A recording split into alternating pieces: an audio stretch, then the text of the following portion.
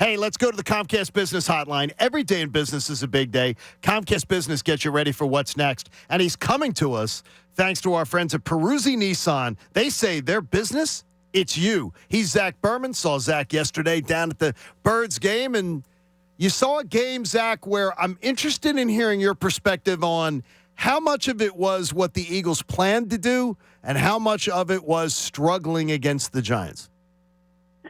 I don't think much of it was struggling against the Giants, although you give them credit, obviously. But I think the Eagles were purposefully careful with Jalen Hurts. They were relatively vanilla with their game plan.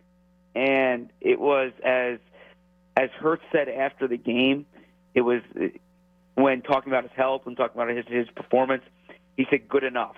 And I think that's all the Eagles were looking for yesterday, was good enough. They just wanted to do enough to get the win, to leave that stadium healthy, and now have extra time to get ready. So, yeah, I think the Giants did some decent things, especially defensively, but I think that was mostly the Eagles limiting themselves.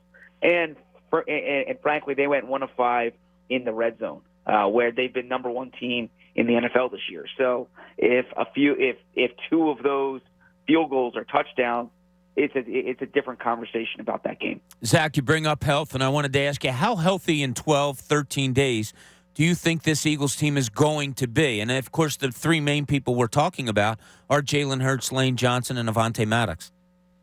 Well, Jalen Hurts is going to be healthier in 2 weeks. The obvious statement is he's going to be 2 weeks healthier, right? But it will be more than a month removed from the injury. At that point, he was able to knock some rust off yesterday, as Nick Sirianni said, and he was playing through pain. And you saw it in the game plan. They did not have any designed runs for him. And it will obviously be different in the playoff game. So I can't tell you he's going to be a pre-injury form, but he'll be a month past the injury, and I think you can expect Jalen to be as close to Jalen as you could reasonably want.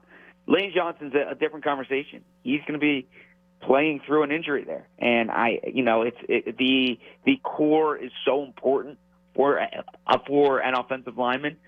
He's played through pain before. I think only Lane can tell you how that's going to affect him. I think what the Eagles are counting on is that even Lane Johnson at less than full strength is better than not having Lane Johnson at all. And Avonte Maddox, that one's harder to say because I think that one was more indefinite in terms of the timetable. But the fact that the Eagles did not put him on injured reserve is telling. If they had just put him on injured reserve after the injury, they could have essentially activated him for the championship game. But the fact that they did not leads you to believe that there's a chance he could be back for that second playoff game. So I don't have a firm timetable on Maddox, but for the first 2, they'll be playing through pain, but I think Hurts will be farther along than Lane will be. Zach Berman from The Athletic. He does a fantastic job, and he's going to carry you through the NFL playoffs, and we're all going to enjoy the ride, so be sure to follow him along. Zach, I got to tell you, though, I think it's unpopular in this town for anybody to ever dare to question whether the offensive line is not performing up to capabilities. And I'm not just talking about the fact that Jack Driscoll's getting plugged in. I think the offensive line has had a bad run, like 3-4 games of it not looking themselves. Looking uncharacteristically sloppy. Your eyes are much better than mine at this. What do you see?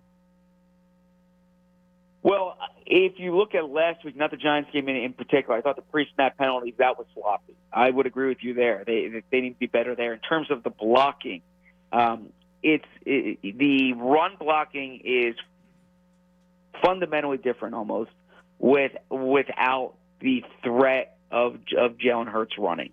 And you can say that's an excuse, and it's a worthwhile conversation to have. But that's the reality of it. That if you take away that +1 in the running game, teams are going to play you differently.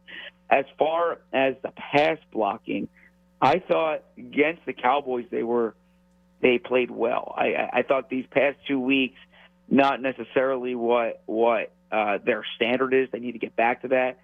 Again, not having Lane Johnson certainly affects that. And I agree with you, John, that part of they have such a strong reputation that almost questioning it gets pushback. But I also think their reputation has earned them the benefit of the doubt, and in particular when Lane is in the lineup. So I will reserve judgment there until I see number 65 out there. Zach, yesterday it looked like C.J. Gardner Johnson coming back. They put him in the slot a little bit. Is that something that they had done with him before an Avonte Maddox injury, or was that something new that we were seeing yesterday? No, that was new, and that was a big question with Gardner Johnson's return. You knew when they were in what's essentially their base defense, their five-man front, he would be at safety. But when they go to nickel, would they have Josiah Scott at nickel and Gardner Johnson back at safety as he's been, or keep Blankenship at safety and put Gardner Johnson in the slot? And they did the latter. And I didn't know which way they were going to go, frankly, because both Josiah Scott and Reed Blankenship are relatively unproven. But they wanted Gardner Johnson there, and from a coverage perspective, I think he's an upgrade over Josiah Scott. Part of it might have been simply getting a look at him there, which they haven't really had through the first 17 weeks of the season. And it's worthwhile because if you look at their potential first-round matchups, they can see a really good slot receiver there.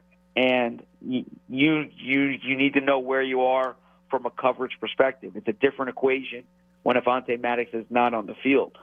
So I'm curious to see if that's the route they go in the playoffs, because you're essentially deciding it's not just deciding do you want CJ at the spot, it's do you want Josiah Scott or Reed Blankenship on the field. And yesterday they chose Reed Blankenship. There you go. It's Zach Berman joining us on the Comcast Business Hotline as we get ready for the Birds bye week, which is great. How will they handle the bye week, Zach, and as far as time off, and in comparison to other bye weeks like in 2017 or maybe that you heard back in the Andy Reid administration? Yeah, so 2017 is my big frame of reference. And what they did that year was, and it was almost player-driven, was they put the pads on. They had really intense practices, and they had practices that if you talk to that team, really reset them and got them ready for the postseason. Also, the coaching staff did quite a bit during that bye week in terms of adjusting the offense to Nick Foles. I don't think they win the Super Bowl that year without that week. As far as how the Eagles are going to navigate it, it's early to say. They're off today. I think I imagine they're going to be in this week. How much they're going to practice, if they put pads on, I think that's to be determined. I'll get a better sense of that in the next 36 hours. But in terms of not just game planning, but self-scouting, figuring out what you need to do differently, these next 6 days are going to be huge. They obviously don't know who their opponent is going to be until potentially Monday night. But there's a lot they need to do from their end. This cannot be a wasted week. This cannot just be a week where they get off their feet. This needs to be a week to get ready for the run, because after this week, things come really quickly. One good thing would be is if Seattle or the Giants win, they would know before Monday, which would be great. Exactly, that would be huge, and those are that's the better scenario than facing the winner of the Cowboys-Bucks game. The Cowboys are a tough matchup, and the Bucks have Tom Brady, and you can never say no to Tom Brady in the playoffs. So I think if the Giants or Seattle pulls off an upset, it's the best case scenario for the Eagles. Zach, more confidence from you seeing this team all year that they can get back to playing the ball that got them to 8-0, 13-1, or has that time come and gone?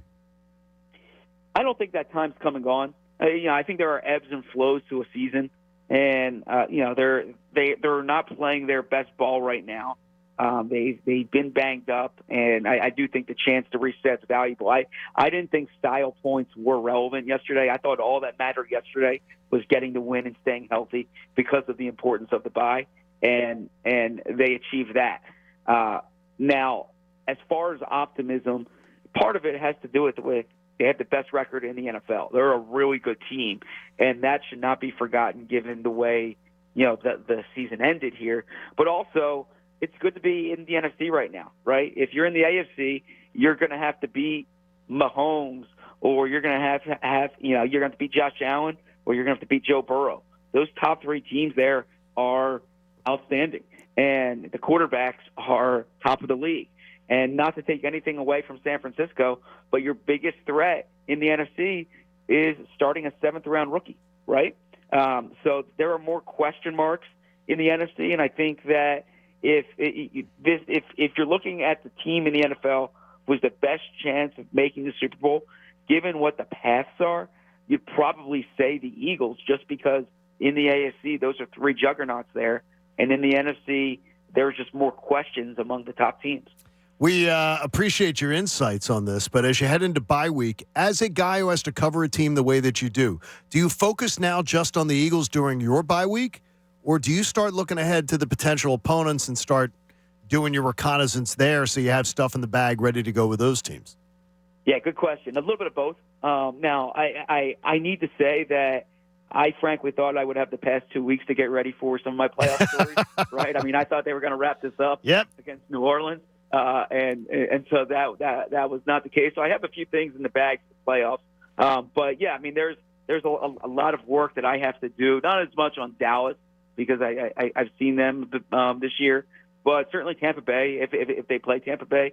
But these next 3-4 days are kind of all focused on the Eagles. And then once those matchups come this weekend, that's when I get a better sense of what's ahead of the Eagles. And then also, I need to look more at San Francisco. They're the hottest team in the NFL this year, and I see them when they're on TV, but I don't see them the way I would see a typical Eagles opponent. So that's obviously a team I need to look into more. And now in the offseason, we'll be able to talk about a top 10 draft pick too, number 10, which is great too. Exactly. That's awesome. That move keeps paying for Howie Roseman. That was a big-time trade. Hey, Zach, we've appreciated you all season, and we're just getting started. Looking forward to it. I'm looking forward to it. Thanks for having me on. Thanks, Zach. Thanks.